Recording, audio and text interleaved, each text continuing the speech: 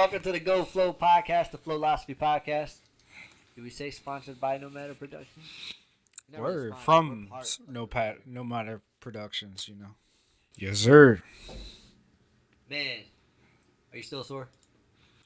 I'm a little sore, yes. We went out today, and me, you, Jorge, and we had a good session. And even my legs and my ankles are a little bit. I'm feeling it right now. Yeah. Feeling it. So we tried to get Nigel to do this. Remember right there and there when we did the cat roll, the drop roll right at the edge, and we brought up Nigel's having a tough time with it, and I was too. So I went over and I did this side flip over a guardrail on top of a flight of steps in front of a building. I don't know if I could paint that picture any better. And it took me a second to get myself together to actually do it. And man, we were just talking about the perceiving what's in front of you, and we do this a lot, especially when we're dropping down something that looks high. You crouch down. You just, when we're on top of roofs and we got to jump off. We sit on the roof. If we have to put it back into the right lens, because when you're standing on something, you're adding your height to whatever it is you're on, right? And so you're a lot higher than you think you are. Right. And man, if we could have recorded part of that podcast that we did last night in the car, perception, man. Perception is perception. I mean, perception is everything, man. Hold up, mic malfunction. Let me tell you about today. We have had so many malfunctions. Oh my gosh. We had everything settled out and worked up. The TV was working. The mics were working. To the 9. Then we get here. We set up this new spot. Everything falls apart. Soon as right before the cameras roll, everything falls apart. Your fault, son. It's your fault. It's your fault. So is Steve's fault. Yeah, okay. But yeah, man, perception is so, because we were talking about this. Perception is reality is partially true, right? Because perception is only partial reality. Mm-hmm. Because what you're perceiving is not necessarily what's actually going on, right? And parkour is a beautiful example of this. When we're on top of a roof and you're standing up on something, you're looking down, you're seeing what you're seeing, but you're not seeing how far down from the ground you are, right? So that's why we do the whole exercise. We get up there, we crouch down, we get our heads as close to the roof as we can. That way we can see what we're actually looking at. Right. And it happens every time. It's all right, that's not that bad. Then you got to psych yourself up, get ready for the drop. Yep. That's something I'm still working on, is hyping myself up. And you can't do it without music. Oh my gosh, my crazy ADD brain needs music just to do any kind of physical activity to get my mind from not overthinking it. It's and then when your phone dies, it's oh man, I'm just the kind of person that never has his phone past 80%. I can't do it. And then today he just decided it was going to be at almost 30. Oh my gosh. And see, I would have still pushed it to 5%. No, I got to turn the music off. I can't. My phone's going to die. My life's going to die. I can't do it, bro. Before I go out the house, I got to make sure it's at least 90. And when I'm even in the house, as soon as it hits under 60, 59%, I'll put it on check. Pop that joint on. Man, I'll let my phone get all the way down to 10%. Oh, sorry, bro. My phone was dead. That's a pretty good intimidation. Don't intimidate me, bro. Man. But yeah, perception. Perception is everything, man. Because you'll get at a certain ledge or jump, you'll be like, oh, that's nothing.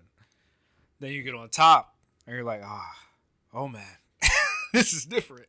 This is why I wish people would come out and actually run and jump with us, because people watch the video, they watch the parkour videos, and they see a move that we'll do or somebody else will do, and that move is all right, let's practice it a few times, get the nerves to do it, and then people watch it and they're like, I could do that. And they're like, please come out, show us. Be my guest, right? Be my guest. Be my guest. Right? And there's another perception, what you're seeing on screen versus what you're seeing when it's right in front of you. Yes. And this is why perception is everything, but perception is also only partly true. the way you perceive things doesn't necessarily mean that that's what's going on. Right. And that translates huge to life for me. Because especially with kids, right? I've got 2 kids, and we were talking about this earlier too. For example, perception-wise, I don't teach my kids to be careful. I don't like that phrase. It doesn't come out of my mouth. Now, hold on. Before you get all up and, you don't teach them to be careful. Let them finish. Let them finish, people. I don't want them to be careful. Let them finish.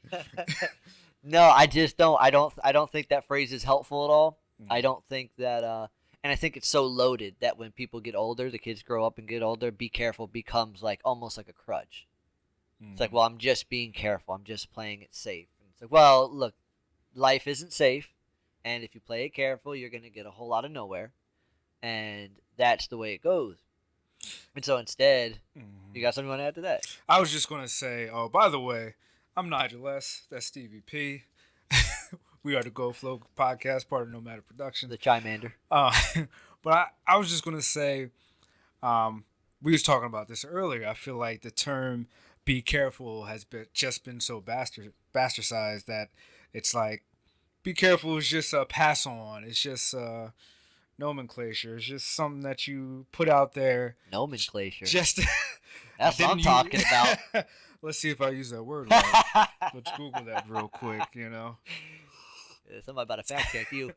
But yeah, like I feel like people just say it so much that no one really even knows what it says, and I feel like it does the opposite of what you want it to do. Because then you're like, be careful, and it's like, of course I'm gonna be careful, So you just say it out of spite, or you just do whatever. But same thing with like a lot of words like love. Like people just say it so much that the meaning has just been so diminished that it's not actually what it's supposed to be now. It's also unhelpful that like love, the word love encompasses so many different concepts that like the languages they came from have many different words for the many different kinds of love, and we just kind of have like love, and then exactly. I don't like how the English language only has one word. I like how the Greeks had like, what was it, 3 words? Philo. I think there's more than that. Agape. Oh, I think it's 5. I think it's 8 actually. 8? Yeah, something. There actually might be 9, but I think it's 8. Yeah, well, it just shows you how limited our own language is. We should ask Mike. He's like the Greek master. Word, we should hit up Mike, phone in a friend. But yeah, bringing it back, man. I don't use be careful because what winds up happening, like we're talking about perception. People grow up and they use that, and I feel like it becomes a crutch. They become, me and you talk about this all the time. We live in a fear culture or fear mongering culture. Yes. People are scared of everything. They're scared to take risks, and there's really no actual improvement without risk. Yep. Right. So instead, I teach my kids. But really my son, because my daughter's too young yet, but she's already got the personality, I can tell, which is I teach him to be skillful, right? So if he falls down, or if he falls off something, or if he's running and he hits his toy and just goes sideways and lands on his side, it gets up and he gives me that big-eyed look, like how am I supposed to react to this? And I look at him and I laugh and I'm just like, you better be skillful. And he knows it now. He knows what that means now, and that concept is ever evolving for him. But, at first, when I was teaching him this at like 2 and 2.5, and he was asking what it meant, it was simple. Just watch your feet. If you're going to be skillful, watch your feet, because where your feet go is where you're going to go. Right. And just like martial arts. Exactly. Where your toes are pointing, that's where you want the punch to go. And so, being skillful is all about, at that age, watching your feet. Because if you're running, make sure you know what's in front of you when you're running. Exactly. And as they're getting older, being skillful is if you're going to climb something, like my son's huge into climbing now. If you're going to climb up something, you better make sure you have your hands in a good position, your feet in a good position, and you can feel like you're going to get up the couch or the bed or that little mud wall you're trying to climb outside that's 3 times your size. I'm all for it, but you be skillful about it. Don't do it halfway. Don't be la-la about it, because that's when you fall down. Right. Right, and those are the lessons he's learning. And my hope is that as he's growing, and I'm teaching that to my daughter too, as they're growing, when that starts to evolve, that's how they'll start to see life challenges. Not, I should be careful here, but I should be skillful here. And then they'll be able to conceptually think through what that means in their specific situation. Exactly, because we always talk about how mind over body, which is true, but the mind and the body are connected.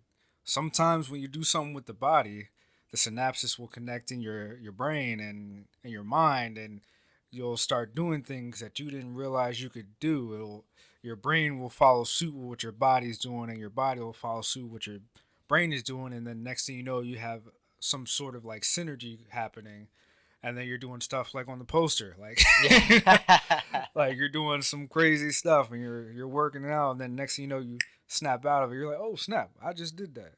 Let's go. Let's do it again. Or even if you fall down because your mind wanted to do something that your body couldn't, you should get back up. And if you're not too badly hurt, do it again. You know, so that Like how you said, too badly hurt. I appreciate yeah, that. I mean, like if your brain is like if your brain is outside your skull, by all means stop. Put it back in, you'll be fine. By all means stop. Kidding. Go to the doctors or something. But if you're good, you got some scrapes and maybe you're bleeding a little bit, but it's like, you know what, do it again so you don't have a mental block. And you next time you go out, you're like, oh, I don't think I can do it again because last time I busted my butt, So, like, yeah, get back on there. That's one thing my family taught me is, especially my dad, it was like, yo, if you fall down when you're doing this, get back up and do it again so that you don't have that block. So you can do it again and you get the rhythm and you learn from that mistake. Right. Right. That changes your perception on life. That's how what happens is that is the mindset that you take through life. And when you start coming upon challenges, you always revert back to what you know best. Word. That's just what we do.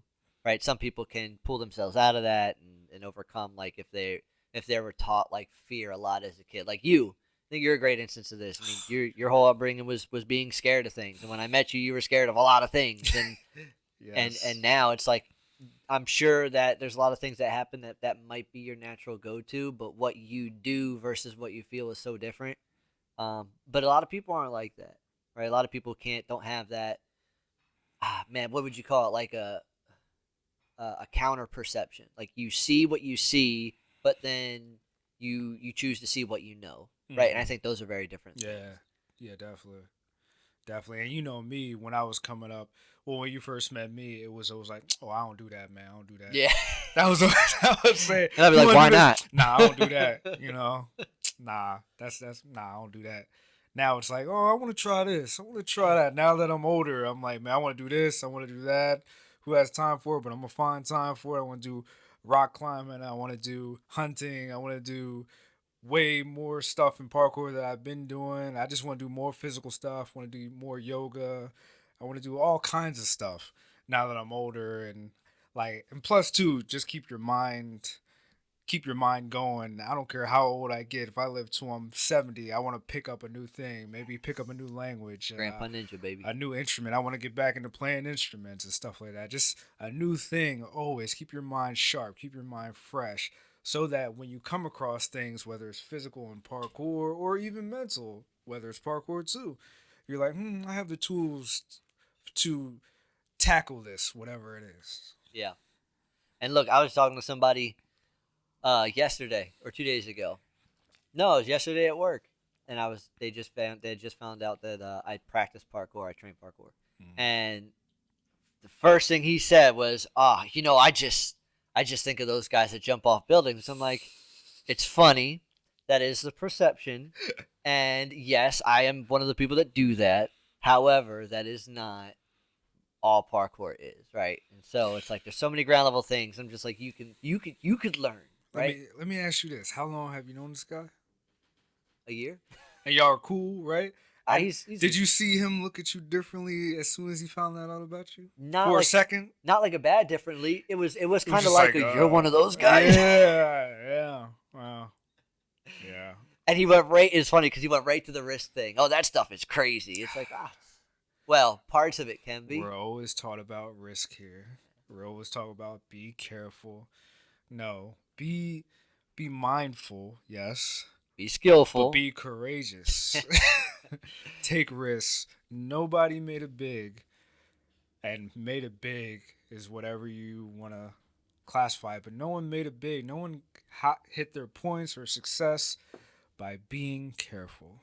That's a perception point right there too. But seriously, because it's all about calculated risk. Being skillful is also taking calculated risk. That's how you move forward in life. That's how you grow as a person.